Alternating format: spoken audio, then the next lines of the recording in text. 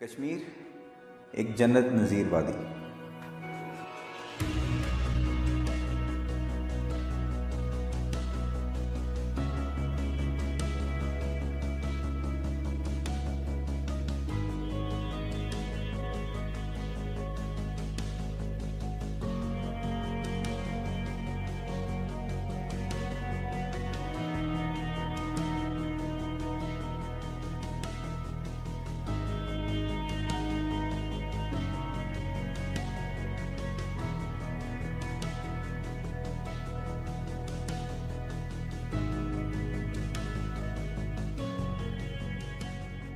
لیکن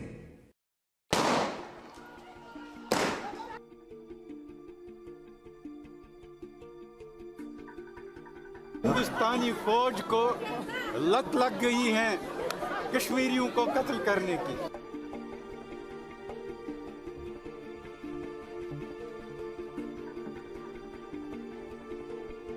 کھولیے اپنی گولیوں کو دہانے، ایک ہی بار کشمیریوں کو مار دیجیے. کشمیری لوگوں نے بڑا سفر کیا اس وقت. کوشش ہونی یہ چاہیے پاکستان اور ہندوستان کی لیڈرشپ کو کہ ہمیں ٹیبل پہ بیٹھ کے ہم کوشش کریں اس مسئلے کو حل کریں. جموں کشمیر میں مسکولر پالیسی نہیں چل سکتی. یہ ہمارے دشمنوں کی ٹیریٹری نہیں ہے، ہمارے جموں کشمیر کے لوگوں کی ٹیریٹری ہے.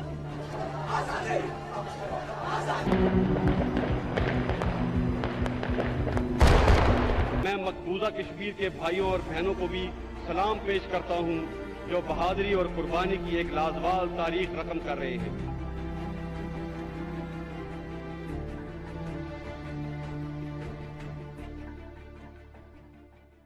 السلام علیکم.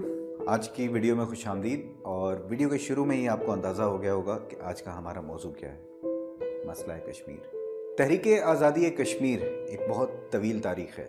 یہ 1935 سے شروع ہوئی تھی. اس وقت بر صغیر پاک و ہند کی تقسیم کا تصور بھی نہیں کیا جا سکتا تھا. 1936 میں مسلم لیگ نے الیکشن لڑا اور بری طرح سے ناکام ہوئی. 1940 میں مسلم لیگ نے قرارداد پاکستان پیش کی اور اس کے بعد 1946 میں مسلم لیگ کو بہت بڑی فتح حاصل ہوئی. اس وقت یہی طے تھا کہ جتنی بھی ریاستیں ہیں وہ آزاد ہیں اور وہ جس ملک کے ساتھ بھی چاہے الحاق کر سکتی ہے، جس کے تحت یہی طے ہوا تھا کہ جو مسلم اکثریتی علاقے ہیں وہ پاکستان کے پاس اور جو ہندو اکثریتی علاقے ہیں وہ ہندوستان کے پاس جائیں گے. لیکن لارڈ ماؤنٹ بیٹن نے پنجاب اور بنگال کی حد بندی کے معاملے میں مسلمانوں کی حق تلفی کی. گو اس نے دونوں علاقوں کی حد بندی کی کمیشن کے لیے ہندوؤں کے ساتھ مسلمانوں کی بھی تقرری کی تھی.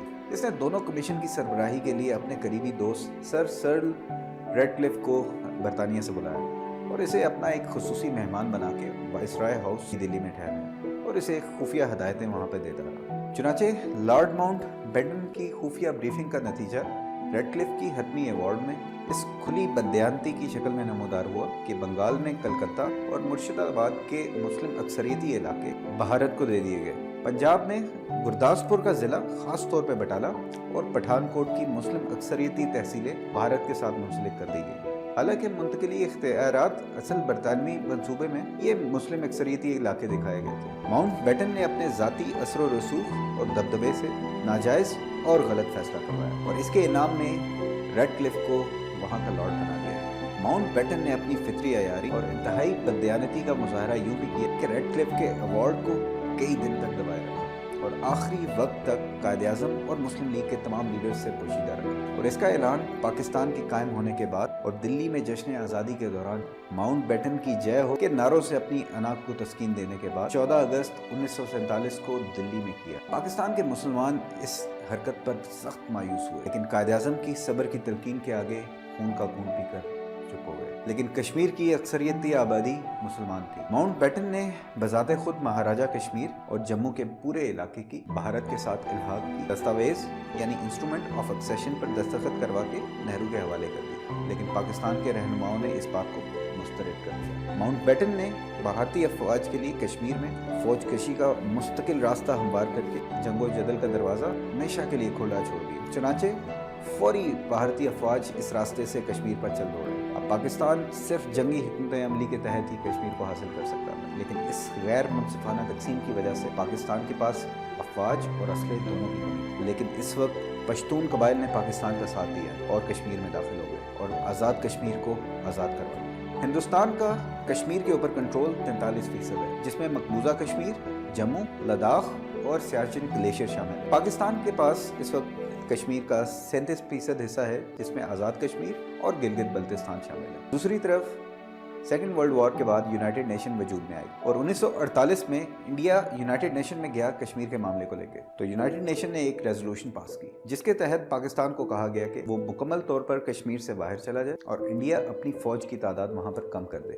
اور ایک آزاد ریفرینڈم کرا کے کشمیری عوام کو یہ حق دیا جائے کہ وہ جس کے ساتھ بھی الحاق کرنا چاہتے ہیں کر لیں، لیکن دونوں ملکوں نے اس ریزولوشن کو ٹوٹلی ریجیکٹ کر دیا۔ ہندوستان پورے کشمیر پر ملکیت کا دعوے دار ہے اور کشمیر کو اپنا اٹوٹ انگ کہتا ہے اور قائد اعظم کے بقول کشمیر ہماری شہرک ہے۔ مقبوضہ کشمیر کے حریت پسند گروپوں میں کچھ گروپس مکمل کشمیر کی خود مختاری کے حامی ہیں، جبکہ کچھ گروپس پاکستان کا حصہ بننا چاہتے ہیں۔ بھارتی آئین کے آرٹیکل 370 اور پاکستانی آئین کے آرٹیکل 257 کے تحت کشمیر آئینی طور پر کسی بھی ملک کا حصہ نہیں ہے۔ آج بھی پاکستان کا ماننا یہی ہے کہ کشمیر میں کیونکہ مسلم آبادی زیادہ ہے اس وجہ سے یہ پاکستان کا حصہ ہے، اور ہندوستان کا یہ ماننا ہے کہ وہاں پر کیونکہ سکھ راجا تھا جو کہ ہندوستان کے ساتھ الحاق کرنا چاہتا تھا، اس لیے وہ ہندوستان کا حصہ ہے۔ تاریخ میں یہ بھی ملتا ہے کہ 1962 میں ایک تاریخی موقع ضائع کیا گیا جب چائنا نے انڈیا کے شمالی علاقوں پہ چڑھائی کی۔ پاکستان کے اس وقت کے صدر ایوب خان کو ایک پیغام دیا گیا کہ کشمیر اس وقت خالی ہے، اس کو آپ اگر کیپچر کرنا چاہیں تو کر سکتے ہیں، لیکن ہم سوچتے رہ گئے۔ اس واقعے کی تفصیل شہاب نامے میں بھی موجود ہے جو کہ قدرت اللہ شہاب صاحب نے لکھی تھی، جو کہ اس وقت کے صدر ایوب خان کے پرسنل سیکرٹری تھے۔ آخر میں جاتے جاتے بس یہی آپ کو بتاتا چلوں کہ 70 سال سے زیادہ ہو چکے ہیں اور آج تک اس غلامی کی قیمت کشمیری اپنی جان، زندگی، عزت و آبرو سے چکا رہے ہیں۔ بین الاقوامی برادری کا کشمیریوں کی مدد نہ کرنا ہماری تاریخ کی کتابوں کا ایک سیاہ باب ہے۔ انڈین پولیس اور سیکیورٹی فورسز کو کھلی چھوٹ حاصل ہے، خاص طور پر اسپیشل پاورز ایکٹ 1990 کے بعد اگر لوگوں کو مسلسل بےعزت کیا جائے، تذلیل کی جائے، ساری امیدیں چھین کر ہر حق سے محروم کر دیا جائے، پھر بغاوت